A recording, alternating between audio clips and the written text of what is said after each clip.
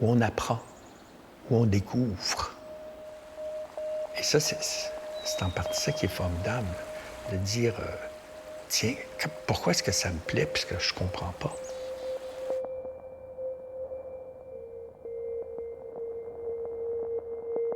Et là, il y a tout un univers qui s'ouvre. Et c'est ça qui est formidable.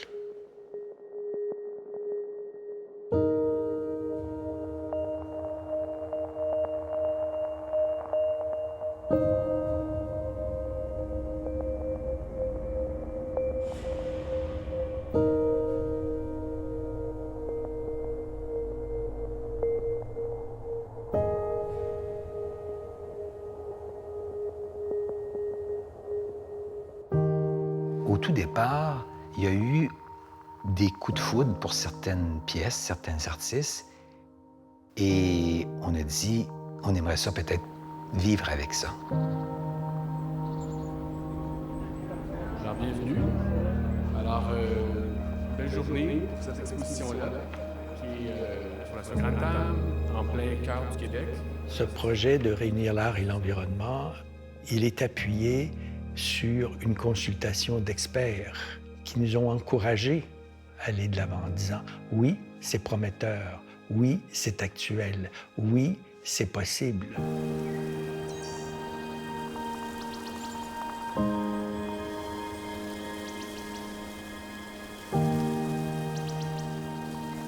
On se rend compte que la Fondation, dans les projets qu'elle a défendus jusqu'à présent, dans les résidences d'artistes, dans les projets d'exposition, a mis l'accent sur des projets qui ne sont pas du tout catastrophiques, hein, qui ne mettent pas l'accent sur le côté sensationnaliste.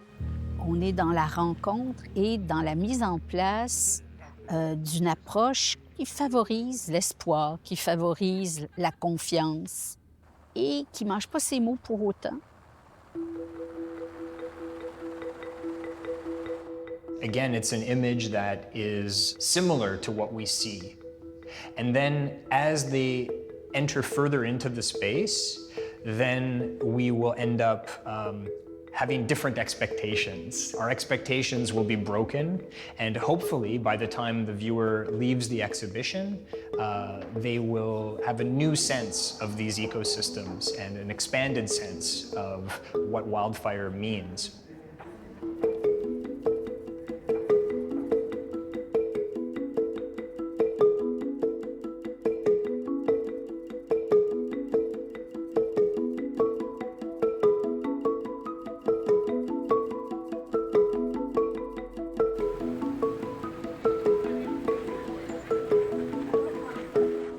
Je pense qu'on est tous habitués de voir de l'art à Montréal, dans les villes, dans les grands musées, puis on dirait que c'est contre-instinctif d'arriver dans la forêt. Je me souviens, la première fois que je suis venue ici l'année passée, on était comme nulle part. Puis là, la prof nous disait « Oui, oui, c'est ici », puis on comprenait pas trop. Puis en descendant, on a comme découvert comme l'architecture de cette maison-là, comme cachée derrière les arbres, alors que, essentiellement, la plupart des artistes trouvent l'inspiration dans la nature. Puis je trouve que c'est comme la base d'exposer l'art d'où elle vient.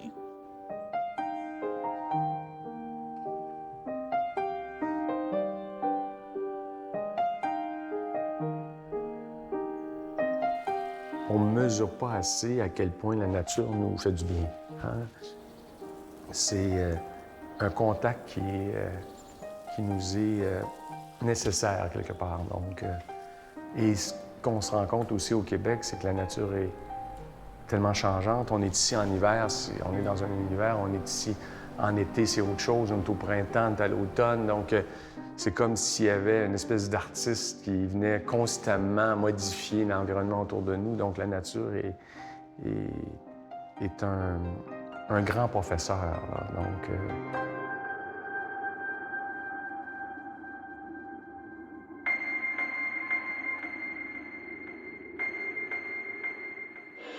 Je trouve que la manière que cet espace s'est construit, c'est incroyable.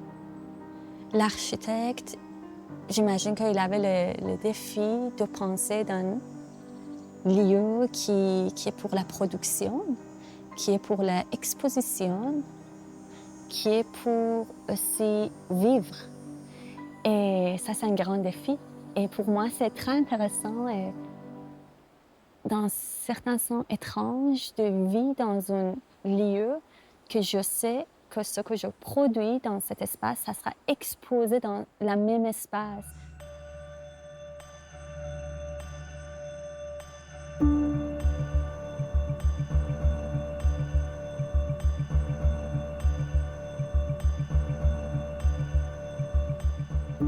Ici, on est plus dans le contexte d'une résidence solitaire où on se retire de ce brouhaha humain et urbain aussi. Et ça, je pense que ça va avoir de plus en plus d'importance. Enfin, on sait très bien qu'on est appelé à vivre dans des endroits de plus en plus densifiés. Et donc, cette possibilité d'avoir un refuge est très précieuse, à mon avis. Il y a vraiment le souci de la part des fondateurs là, d'accompagner ce projet jusqu'à une diffusion qui soit aussi endossée par la Fondation, mais sans pour autant contrôler qu'est-ce que ça va être.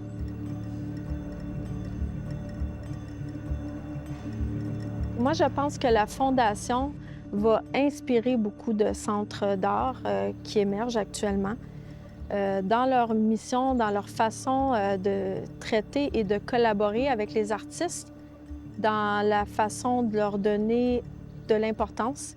Et l'importance que Bernard et Michel donnent aux artistes, elle est très grande. Et le milieu a besoin d'autres organismes qui travaillent de cette façon-là.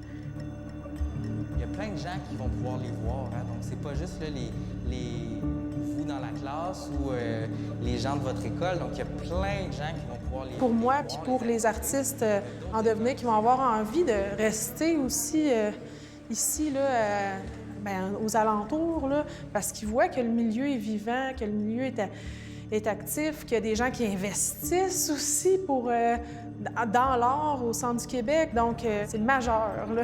Cette exposition représente pour moi une nouvelle occasion d'intervenir. Bien, c'est un joyau qu'on a dans notre région. Ce serait avantageux pour la population de le connaître encore plus, que ce soit encore plus mis de l'avant.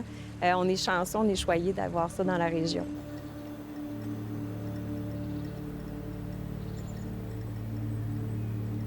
Quand j'étais jeune, ça ne m'a pas manqué parce que je ne savais pas que ça existait. Mais c'est quand que j'ai pris conscience de ça, que j'ai vu peut-être que si j'avais eu cette occasion, quand j'étais jeune, de m'ouvrir à ce monde-là, que j'aurais peut-être pris un chemin différent. Et l'idée de faire ce bout de chemin ici, à Saint-Edmond, est également un peu animée de ça. Animée de venir offrir une petite offre, là, mais une offre aux gens, à la communauté du Centre du Québec.